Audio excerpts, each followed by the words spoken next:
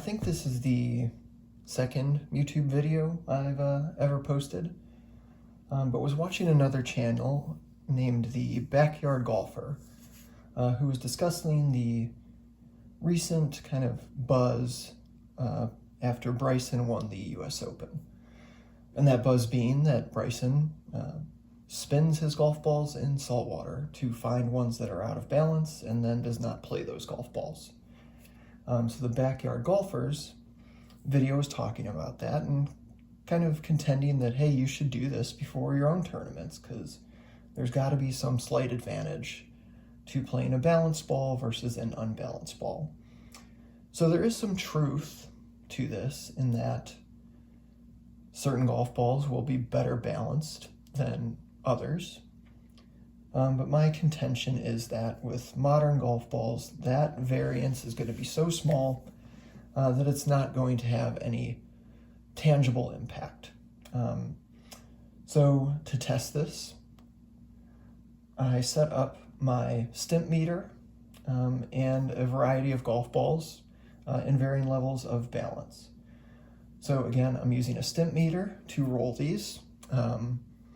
The turf is a NP50 from Synthetic Turf International, so really high quality stuff, rolls really well.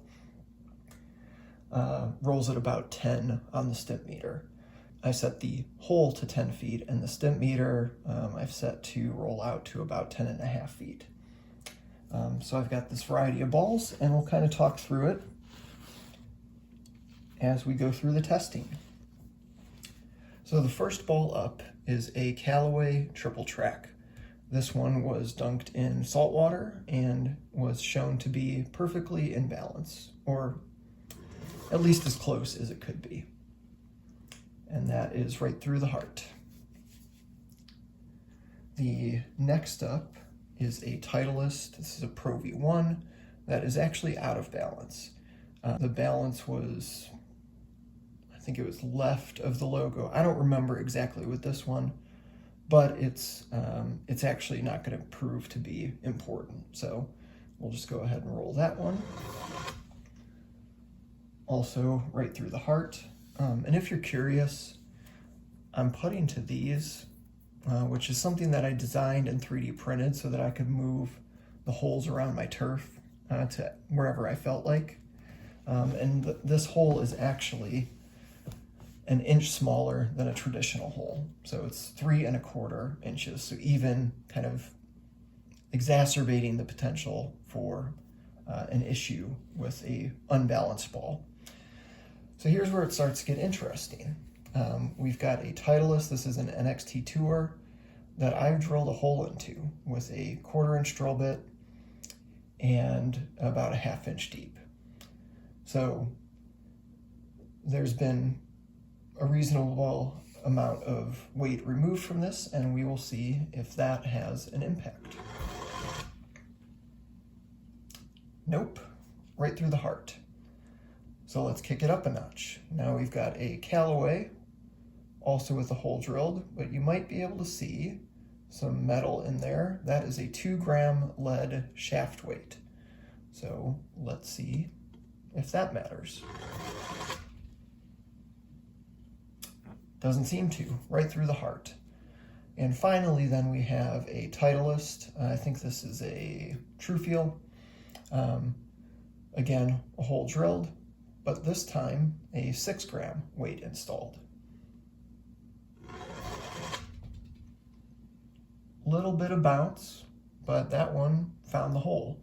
What you might notice is that the 6-gram and even the 2-gram did not roll as far. I think that's just a product of the extra weight. The 6-gram also bounced a little bit when it came into contact with the turf, which again I think is due to the added weight.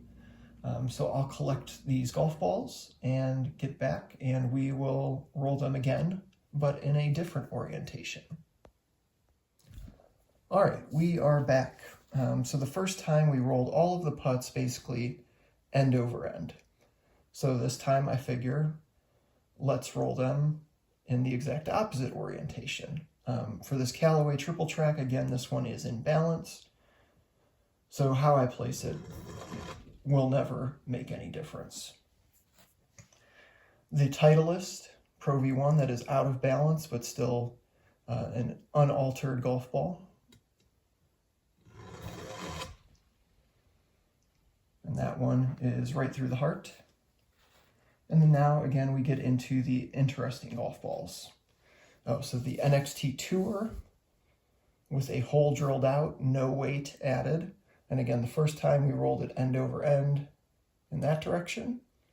So this time, I'm going to place this hole to the extreme left side of the golf ball.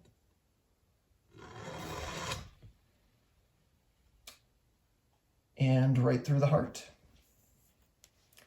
Same thing for the Callaway with the 2 gram weight. Again, last time it was end over end. This time we'll go extreme left.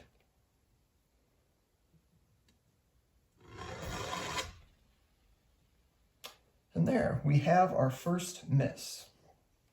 So you'll likely already know that the 6 gram is probably going to behave worse than the 2 gram, but we'll do that anyways. Again, last time it was end over end, and it did go in the hole. This time I will move that weight to the extreme left.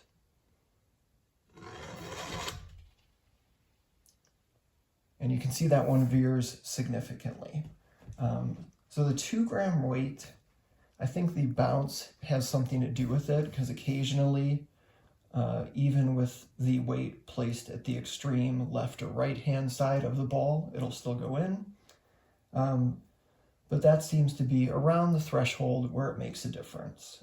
So as you'll recall, the one with just a hole drilled in, which is comically worse than anything you would find with a modern golf ball, that one still rolled just as true as the ball that was in balance perfectly, and the ball that was out of balance but had not been altered. It just came like that from the factory.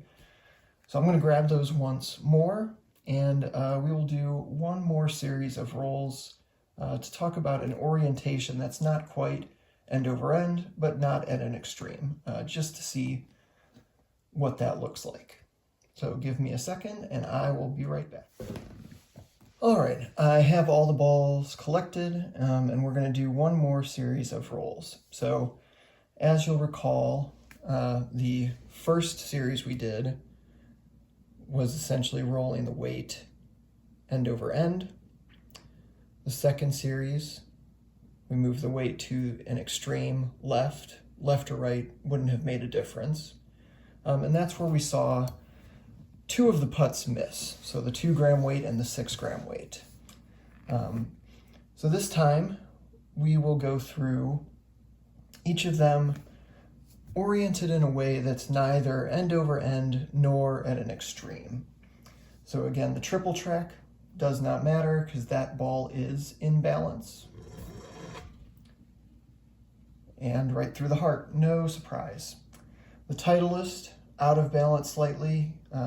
It has not missed yet, even at the extreme, so placement will not matter.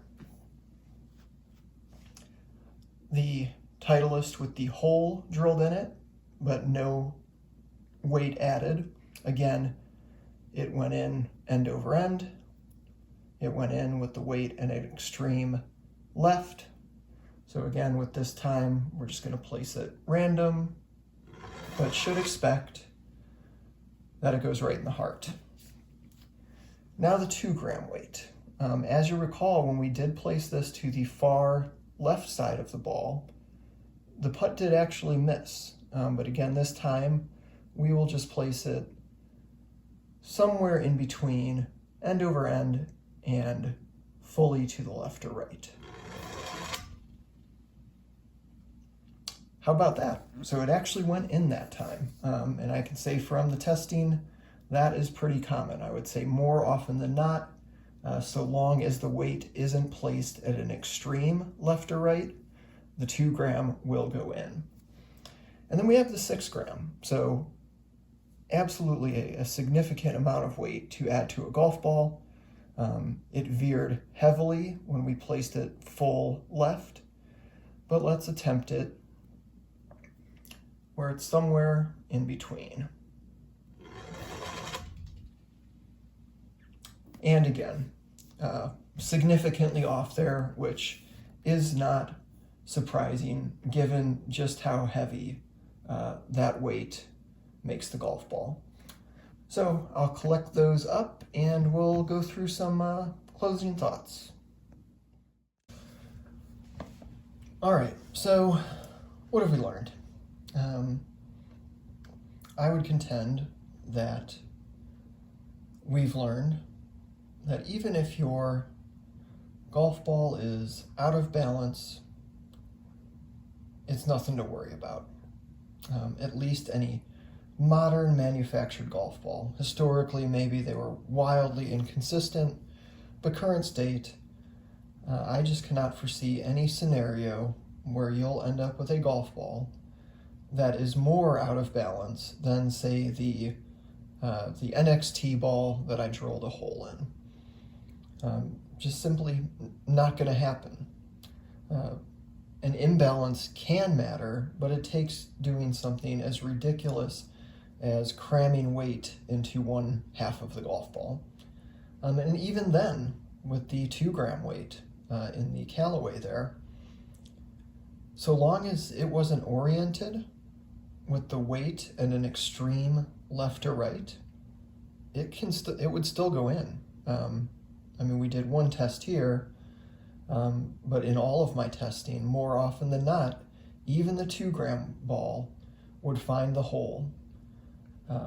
Where we saw it really kind of go awry was the 6-gram, which is not surprising. That may not sound like a lot of weight, but 6 grams is absolutely a lot of weight to cram into a golf ball that doesn't belong there. So, am I going to change people's minds? I don't know. And that's not really the point. I tried again to control this testing the best I could, take out as many variables as I could. And one thing I hadn't talked about yet is you might have some people say, well, what about 20 feet or 30 feet? You only did 10 feet. And I was strategic in choosing that length. And the reason being is putt make percentages. So there's a lot of data out there. The actual percents may vary from one source to another, but generally, when you get to 10 feet, even a tour pro has an expectation of only making 40% of those putts from 10 feet. So I chose a length where it's already a coin flip, is already, quote unquote, kind of pushing these balls to their limit in terms of whether or not they're going to miss. When you get into like a scratch golfer, which I play to at the moment, that make percentage is something like 30%, and then 20% for your 90 shooter. So doing testing at a longer distance, even if it were to have an impact, would not matter, because you don't even have a reasonable expectation that you can make a 10-footer. It's absolutely a coin flip, even for your best players on the planet. So it definitely was interesting. Going into this, I had assumed that an out-of-balance ball that's not been altered would not matter, but was actually very surprised that even the 2-gram one rolled fairly well. So hopefully this adds some meaningful data to the conversation.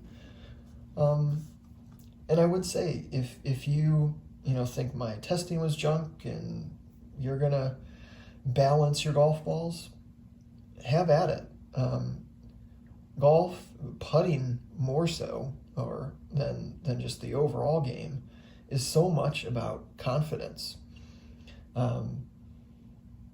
So if it gives you more confidence, you think you've got an advantage by playing only balanced golf balls, go for it. gotta work with what you got. And if it's within the bounds of the rules of golf, have at it.